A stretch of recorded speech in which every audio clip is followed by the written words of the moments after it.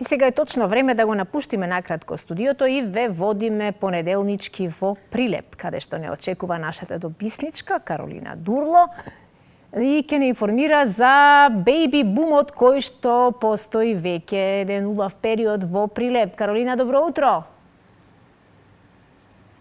Добро утро, Сузен, добро утро од Прилеп, добро утро од предопштата болница во Прилеп со проширена надлежност и како што кажа понеделнички на стартот од оваа недела и од овој убав ден, ние ќе зборуваме на убава тема. Се со единствена цел така да ни почне и денот. Како што кажа и ти, веќе подолго време овде во Прилеп можеме да се пофалиме на гинеколошко-акушерското оделение со една навистина убава појава, бидејќи тоа е и најрадосното, највеселото оделение. Имено во последново време навистина имаме многу раѓања на новороденчиња. Дали за тоа се заслужни граѓаните, односно младите мајки и родители, дали за тоа е заслужна болницата, бидејќи полека ја враќа довербата кај пациентите, ќе ни каже еве со нас е ова утро началничката на гинеколошко-акушерското одделение доктор Билјана Кржевска, инаку гинеколог акушер, и да ни каже еве добро утро најпрвин докторке, јас навистина сум возбудена што имаме вакви информации после подолго време од Прилеп. Како постигнавте ова сето и каква ни е состојбата со новороденчиња сега? Добро утро и од мене.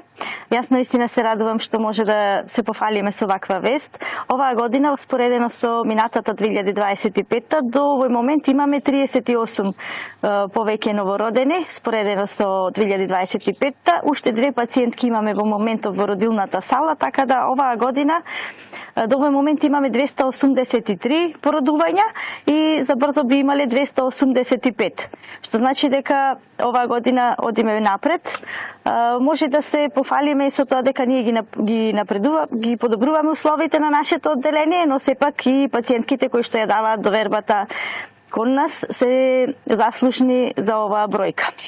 А јас тука ќе ве прекинам заради тоа што сакам да ве прашам нешто друго. Обично сите ние како потенцијални пациенти, независно за кое оделение, за што станува збор, малку сме скептични и недоверливи кон млади лекари, меѓутоа очигледно дека младоста на гинеколошко-акушерското оделение во Прилеп си го направи своето.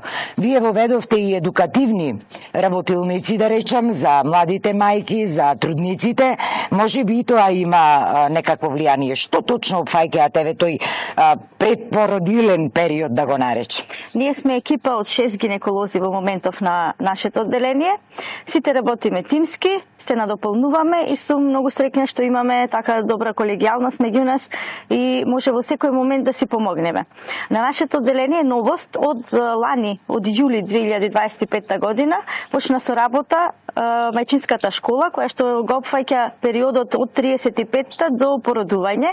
Пациентките се пријавуваат на нашето одделение, има телефонски број, има флаери кои што ги делиме на пациентките кои што идат за ЦТГ на нашето одделение во амбуланта, да може полесно да се пријават. Исто така може да се информираат кај матичните гинеколози.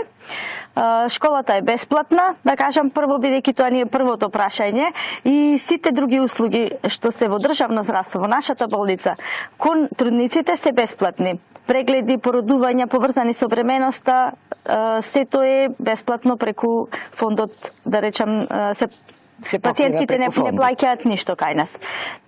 Мајчината школа го опфаќа тој период последниот месец, така се договоривме да бидеме само последниот месец, за да може што повеќе внимание да им обрнеме на тие пациентки и да ја донесеме поблиску до нив самото породување, чинот на породувањето, да им објасниме што се случува кога ќе почнат болките или кога ќе прсне водењакот, што се случува последниот месец, какви се тие припремни болки, како мајката треба да се однесува последниот месец, да се храни, да движи. Сите тие предавања кои што ги имаме ние се интерактивни, пациентките поставуваат прашања, исто така може да присуствуваат и партнерите, татковците, да слушнат и тие како треба да им помогнат на мајките во овој последен месец, а и во цела бременост, до тога се што се случувало и се што имаат прашања, слободно ги поставуваат до нас. Исто така имаме работилница кај што им помагаме како треба да се однесуваат после со бебето во однос на држење, доење, капење, вежби кои што се однесуваат пред породувањето. Има вежби кои што ги имаме линкови на вежби кои што ги пуштаме на компјутер, па може пациентките да ги гледаат, им ги праќаме и нив да може да вежбаат дома во слободно време, се со цел за полесно породување. Исто така ги запознаваме со просториите на одделението, ги запознаваме со после приемот како е оди постапката, што ќе се случува, како една мајка понатаму трудница би се однесувала во тие неколку часа. Породувањето оди 12 до 24 часа, не е за 5 минути, не е за 1 час. Да, сите се уплашени, мислат дека ако помини подолго време, дека нешто не е во ред.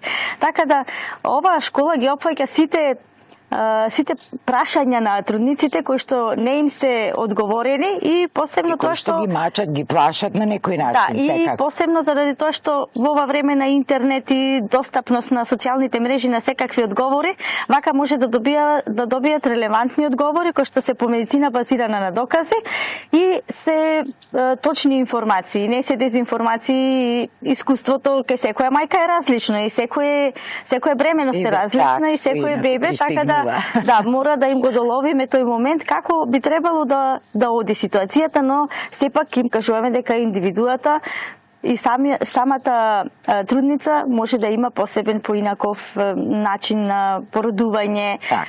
Како би можело да заврши природно, па после со царски и така натаму. Тоа сите ситуации се различни. Да. Ние колку и да се правиме светски, сепак на балканското во нас работи. Спомнавте вие дека може да присуствуваат и татковците. Како ви интересот кај татковците да доаѓаат на вежби, па може би дури да го гледаат самиот чин на породување, доколку евентуално сак?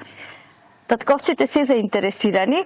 Имавме татковци кои што доаѓа и поставуваа прашања, некогаш беа зачудени, засрамени од тоа што ќе го слушнат и ништо поминуваат нивните сопруги, но сепак се трудеа да помогнат, прашуваа што треба да направат тие во тој момент и секако татковците се уште поуплашени во првиот момент кога ја носат трудницата за дека мажи.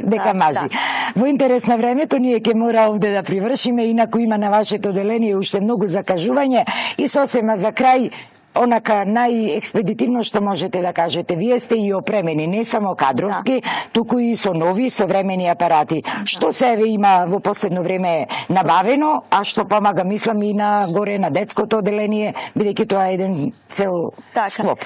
Ние имаме соработка секако со неонатологија, кој што се исто на нашиот спрат, ги прифаќаат новороденчињата, а на нашето одделение во последните 2 години имаме опрема од нови апарати, кои што се во вредност од 450.000 евра. Имаме ехо апарат од 5 милиони денари, имаме хистероскоп, лапароскоп, нов апарат, кој што го добивме лани во септември, во ноември почнавме со работа, до сега имаме направено околу 60 хистероскопии и се надеваме дека ќе продолжиме со уште подобар тренд на повеќе сработени хистероскопии. Исто така за брзо би имале и една нова метода. Хистероскопот е околу 200.000 евра, кој што го користиме сега на одделение. Имаме електрокаутери 2 нови. Со новото ехо добивме уште една амбуланта која што е за итни случаи.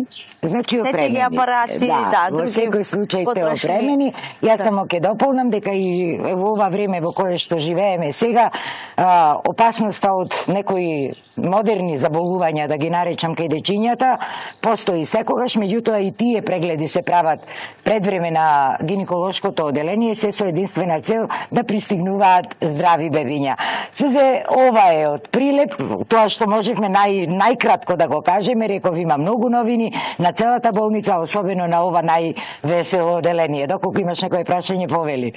Многу ви благодарам и ве поздравувам. Камо да имаме вакви вести секој ден, ако не секој ден барем еднаш во неделата. Голем поздрав, се враќаме назад во студиото во Скопје.